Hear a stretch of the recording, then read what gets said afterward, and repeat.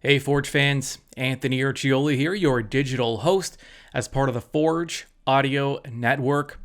Forge FC securing all 3 points in dominating fashion, beating FC Edmonton 3-0 at Tim Hortons Field in Hamilton. And in case there's any question as to how dominating the performance was, let me just read some stats off to you.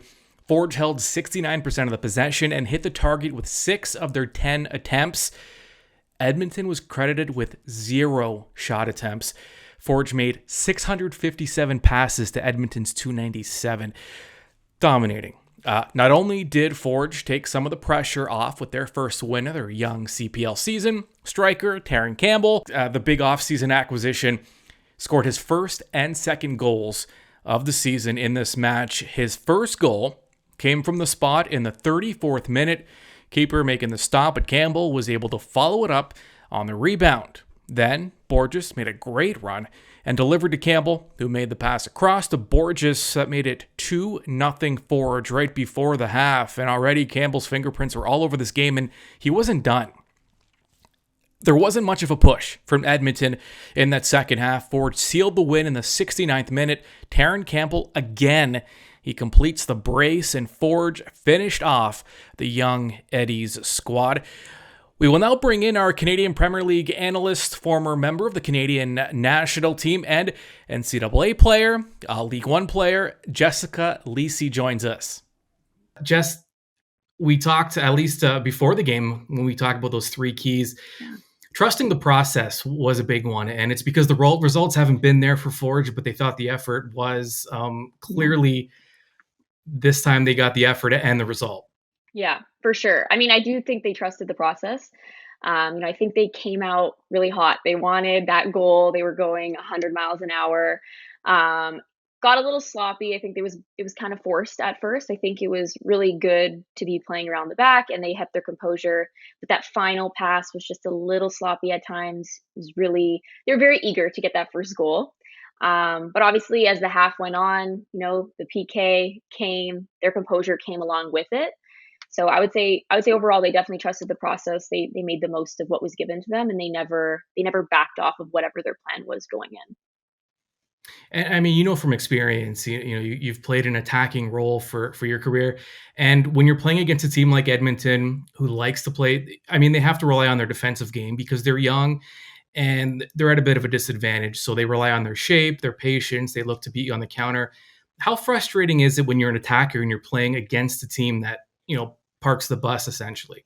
It's extremely frustrating finding those gaps, making sure you're able to, you want to take your man on, but you also, again, don't want to force it. So I think the hardest part about being an attacker is you want to go, go, go. And, you do have to find that composure at times. Like I was saying, sometimes it was just forced.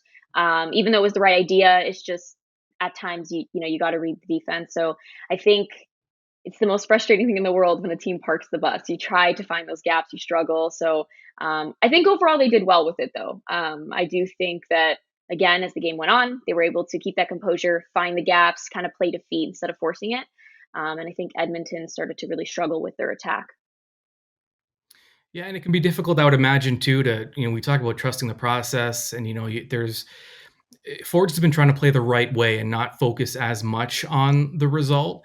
But it can be tough to play structurally when you're an attacker and you really want to break through and score a goal. But clearly, the Forge showed some patience today. Taryn Campbell scored his first 2 goals for Forge, a guy that is relied on for his offense. Again, as an offensive player, when you're being relied on to score and they're just not coming, and it didn't in those first 2 matches for him, it's probably pretty easy to let frustration kind of settle in. Oh, absolutely. I think you feel like you have the weight of the world on your shoulders. Everybody's relying on you. You got to get that goal. You got to finish. But I think he did really well. I think his movement was really good. Again, he showed a lot of grit. I think his second goal there, it was fantastic. Even though it's not the cleanest goal, his job was to get in the back of the net. He put everything he had into it, made sure his body got in front of it. So I think he didn't let his frustrations get the best of him this time, and it showed for sure. And it's nice to kind of get the monkey off your back just to get that Yeah, first one. And you feel a little more loose after that, I would yeah, think. most definitely. Yeah. And then the second one came. So now when you're And when you're out there and you're Forge, and obviously there's a lot expected of them. I mean, they've been champs 2 out of the 3 years. They made the final the other season. Um, when you're not winning, it can get frustrating. So even just from a psychological standpoint, getting that W, it, it's not just Taryn getting the monkey off its back. It's the whole club as a whole. Yeah, for sure. I think, again, just like he was dealing with that, you're saying the monkey on his back, the whole team really had to deal with that, I think. And again, I think they did well with it considering sometimes that's the toughest thing. Coming in as an underdog is actually easier a lot of the times, and they obviously don't have that. Everyone expects them to be great. So definitely a super tough position to be in. But that's kind of when you just got to trust the process and really stick to your game plan and not kind of get caught up in the things that you can't control, because it's bound to happen that, things won't go your way, or going to make that bad pass, you'll miss, that PK or that free kick. So, yeah, overall, I think they did well with it. So yeah. Have you taken a lot of PKs in your career? Yes, actually, that was one thing I actually enjoyed. But what is your mentality going into a kick like that? I know everyone watching is just, do you go into that shot knowing what you want to do? Are you looking at the keeper at all, or do you kind of go in with a game plan and just stick to it? I was one of those people that knew exactly what I was doing going in. I had my same corner. I never switched it up.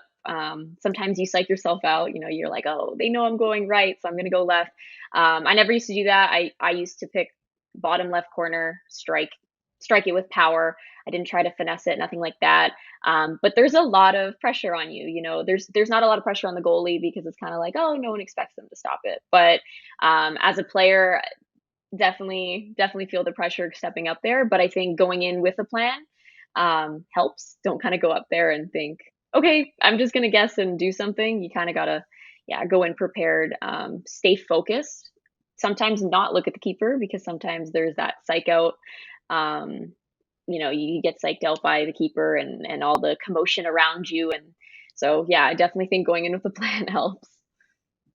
Yeah, and in Terran's case, I mean, he scored on the rebound, so that the keeper did make the first save. Yeah, That can be for a player, you're so focused on scoring. You've seen it before. Players sometimes forget about that second chance yeah. opportunity because they're so focused on that initial shot. Yeah, his composure was really good after. I think again, you're right. Once you mess up that first shot, a lot of people kind of sit there with frustration instead of following up. So I think he did a fantastic job with not getting in his head and just, going through it, following up and finishing in a very composed manner. So yeah, I think he did really All well. right. Jess Lisi, our CPL insider, thanks so much for the chat. Of course. Thank you so much for having me.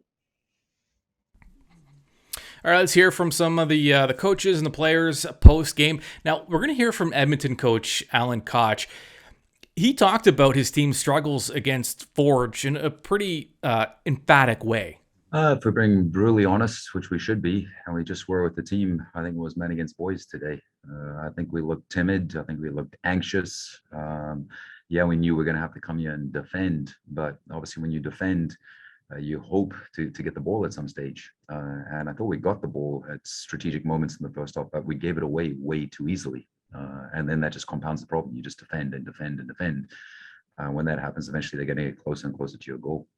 So yeah, a little bit disappointing from that perspective. A lesson, but with the young group like we have and what we're going to go through, we're going to go through lessons. This will not be the last game that we'll have like this year. But we want to learn from them. We want to grow from it. Now, on the flip side, Forge coach Bobby Smirniotis was happy with the full 90 that his club put in. He was also thrilled to see Campbell's name show up all over the score sheet. One thing Edmonton has shown in the first couple of games is they get points. They know how to be in games, and they know how to make things difficult on their opponents. That's what they did in the first two games. So sometimes these are the toughest ones because perception doesn't translate to what you need to do on the pitch. You need to stick to what you need to do. In the first half, I thought Edmonton was very good. They sat in a very deep block, a little deeper than we thought. We had planned on just based on their last two games. So you needed the moments to get in behind. You needed to be a little bit sharper, and that always makes things a little difficult and open to the counterattack. Those are the vulnerabilities of the game. But credit to the guys, they stuck to what we talked about and needed a lot of patience in this match. And when you're able to get the goals in this game, that opens things up. And I think that's what happened in the second half. We were able to open the lines. We changed our formation a little bit in the second half just to be able to keep a lot better possession, keep our guys a little bit more static in places, and then also watch for the transitions. And I think that helped us a lot. We created a lot of high quality opportunities in the second half. We've only scored one more, but happy all around with the performance. Bit of a coming out party for Campbell in front of the home fans here. Is that pretty much what you expected when you joined the club? Yeah, Campbell's going to score a lot of goals here. That's the one thing I am sure of. Whether they come now, they come a little bit later, they come one game at a time. He's the guy in the box. And that's what he does. And he scored a goal in the second half by being in the right place. And, he's put one on a platter for Borges by being in the right place and making those right runs, those vertical runs in the box that are very important for us with all of the ball movement we have. So I'm happy for him because obviously for a striker, you want to have that success and feel the back of the net. And that keeps the momentum going forward. Now, Campbell was brought in to score, and he delivered in front of the hometown fans. Yeah, it felt good.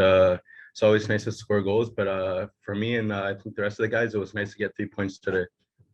Yeah, the team really started fast and maintained that throughout the match without getting complacent.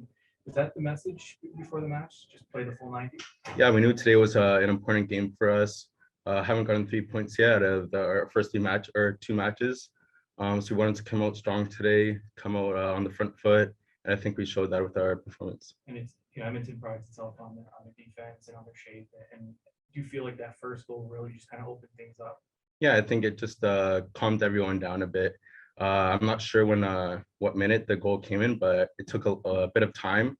I think once we finally got that goal, we kind of settled into things and just played our game.